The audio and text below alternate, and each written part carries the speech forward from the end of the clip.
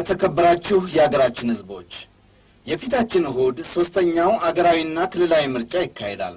የምርጫው ሂደት በአገራችን አዲስ ምዕራፍ የከፈተ መሆኑ ተመስክሮለታል።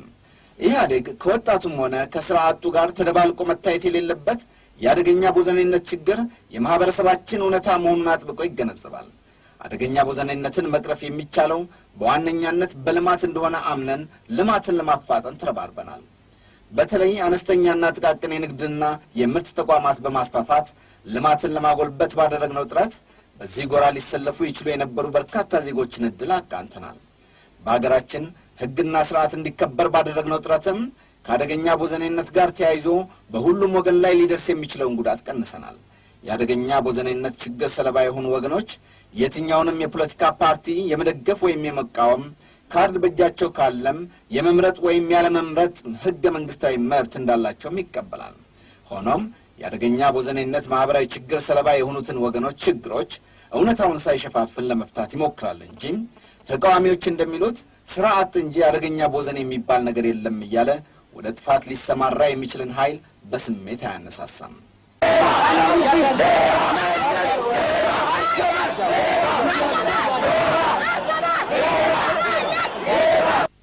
ተቃዋሚዎች አንዴ ኢንቨስትመንት አልተስፋፋም እያሉ መንግስትንና ኢህአዴግን እየከሰሱ ሌላ ጊዜ ደግሞ በኢንቨስትመንት ፈርቀዳጅነታቸውና በምግባረ ሰናይ ድርጊታቸው የታወቁና በመቶ ሺዎች ለሚቆጠሩ ዜጎች የሥራ ዕድል የፈጠሩ የልማት አርበኞችን በአደገኛ ቦዘኔ ሆይታ ለማስበርገግ በመረባረብ ላይ ናቸው። እንደ ኢያሪኮ በጩኸት የፈረሰ አገር የለምና ይህ የጥፋት ኃይሎች ጩኸት በምድረ በዳ ተውጦ መቅረቱ ባያጠያይቅም ለሰላምና ልማት ወዳዶች ሁሉ መልካም ዜና አለመሆኑ ግን መረሳት የለበትም። ከዚህ የኢህአዴግ ብሩህ ጎዳና በተጻራሪም የጥፋት ኃይሎች ተሰልፈዋል። የጥፋት ኃይሎች አልፎ አልፎ የተደናገረ ኃይል የሚፈጥሩበት ዕድል ያለ ቢሆንም ያቀረቡት ጤናማ አማራጭ የሌለ በመሆኑ በምርጫው ሂደት ካርድ ከያዘው ህብረተሰብ እጅግ የሚበዛውን ድጋፍ አጥተዋል። በዚህ ምክንያት ህዝቡ በድምፁ እንደሚቀጣቸው ተገንዝበው ዋነኛ መተማመኛቸው በአምሳላቸው የቀረጹትንና ለዝርፊያ የተዘጋጀውን ያደገኛ ቦዘኔ ኃይል አድርገዋል።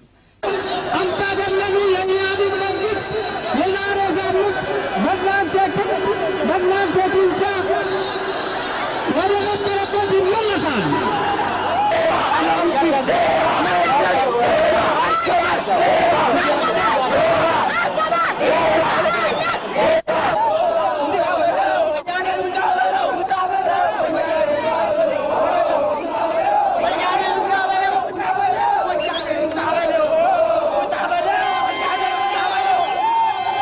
ተቃዋሚዎቻችን ይህን ኃይል አንዴ ከፈጠሩት በኋላ ሊቆጣጠሩት እንደማይችሉ ደግመን ደጋግመን የገለጽነው በተግባር ታይቷል። ይህን ኃይል የመቆጣጠር ችሎታ ያለው በመንግስትና በህዝብ እጅ ነው።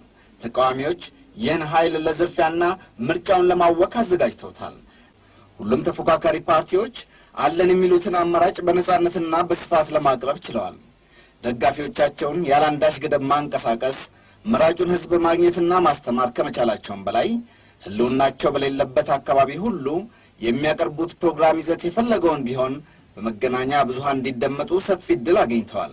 እስከ ነገው ዕለት ድረስም ደጋፊዎቻቸውን በመረጡት ሰላማዊ መንገድ ለማንቀሳቀስ ከፍተኛ ዕድል አግኝተዋል። በዚሁ መሰረት ባለፈው ቅዳሜና እሁድ በአዲስ አበባ ከተማ እንዲሁም ሰሞኑን በተለያዩ ቀናት በየክልሉ ሚሊዮኖች የተሳተፉባቸው ትልልቅ ሰልፎች ተካሂደዋል።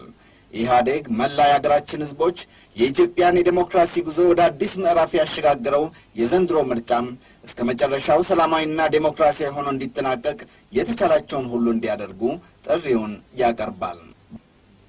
በተመሳሳይ ሁኔታ በአነስተኛ ንግድ የተሰማሩ ወይም በልዩ ልዩ አነስተኛ አገልግሎት ሰጪ ተቋማት ተሰማርተው በሚከፈለው የግብር መጠን ወይም ፈጽመዋል በተባሉት ጥፋት በተሰጣቸው መቀጮ ያልተስማሙ ወገኖች ሊኖሩ ይችላሉ። ኢህአዴግ እነዚህ ወገኖች በግብር ወይም በመቀጮ ጉዳይ ላይ የያዙትን አቋም የመያዝ መብት እንዳላቸው ይቀበላል።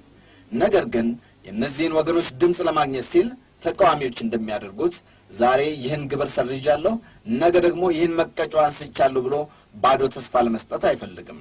እነዚህ ወገኖች ቅሬታ ተሰምቶናል ለማለትም ሆነ ቅሬታቸውን በሰላማዊ መንገድ ለመግለጽ ያላቸውን መብት እያከበረ ይህንኑ በሰላማዊና ህጋዊ መንገድ ብቻ የመግለጽ ግዴታ እንዳለባቸውም ያምናል።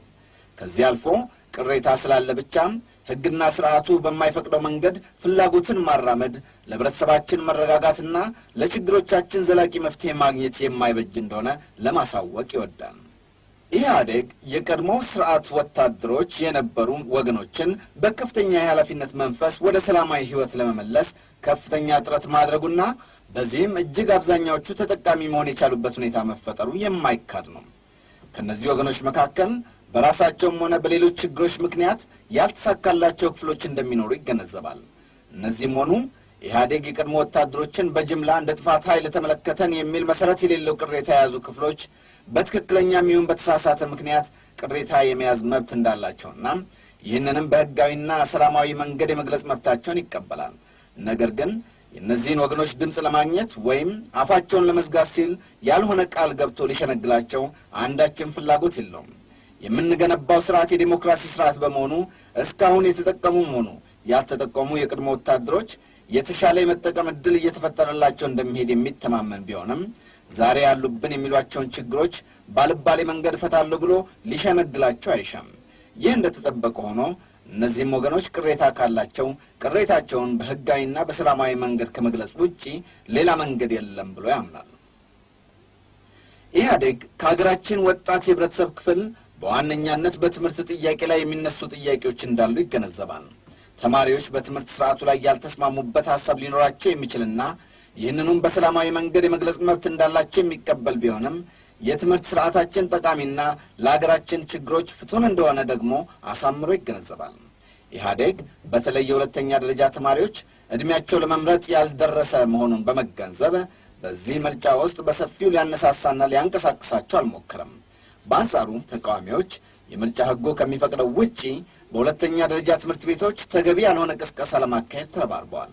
በዚህም ምክንያት ከተማሪው ማህበረሰብ አንዳንድ ክፍሎች ሆን ተብሎ በሚካሄደው ጸረ ትምህርት ፖሊሲ ዘመቻም የተነገራቸውን መረጃ ሳያመዛዝኑ የሚወስድበት ሁኔታ እንዳለ ይገነዘባል። ነገር ግን ይህም ቢሆን በሕገ መንግሥት የተከበረ መብት እንደሆነ ከቶም ተጠራጥሮ አያውቅም።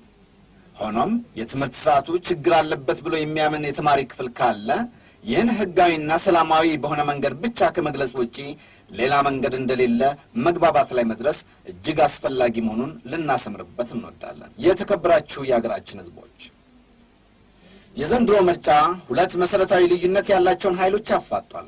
በአንድ በኩል የዚችን ሰፊና የተወሳሰበ ችግር ያለባት አገር ህልውናና እድገት በጋራ ተጠቃሚነት ለማራመድ የሚሰማራው ኢህአዴግ ተሰልፏል። በዛሬው የምርጫ ዘመቻ የማጠናቀቂያ መልእክታችን በነገው ዕለት ምሽት በአዲስ አበባ ከተማ በ23ቱም የምርጫ ጣቢያዎች ሰላም ወዳድ የሆነን የከተማችን ነዋሪዎች በመሰባሰብ ለሰላማዊና ዴሞክራሲያዊ ምርጫ የመጨረሻ ህዝባዊ ድምጻችንን በሰላማዊ ሰልፍ እንድናሰማ ጥሪያችንን እናቀርባለን። ሰላማዊ ሰልፋችን በእርግጥም የሰላም እንዲሆን በሚሊዮኖች የምትቆጠሩት የአዲስ አበባ ነዋሪዎች ምሽቱን የሰላማዊና ዴሞክራሲያዊ ምርጫ ፍላጎታችሁን ሻማና ጧፍ በማብራት እንዲሆን አድርጉ። በዚህ አጋጣሚ ኢህአዴግና በሱ የሚመራው መንግስት የምርጫውን ሰላማዊና ዴሞክራሲያዊ አፈጻጸም የሚያውክ አንዳችም ነገር እንዳይኖር አስፈላጊውን ዝግጅት ማጠናቀቃቸውን እናበስራለን። እንደግመዋለን። በዚህ አጋጣሚ ኢህአዴግና በሱ የሚመራው መንግስት የምርጫውን ሰላማዊና ዴሞክራሲያዊ አፈጻጸም የሚያውክ አንዳችም ነገር እንዳይኖር አስፈላጊውን ዝግጅት ማጠናቀቃቸውን እናበስራለን። ኢህአዴግ ለመላ ኢትዮጵያውያን ሰላማዊና ዴሞክራሲያዊ የምርጫ ሰሞን ይመኛል። ይህን ለማረጋገጥም ቆርጦ መነሳቱን ያበስራል።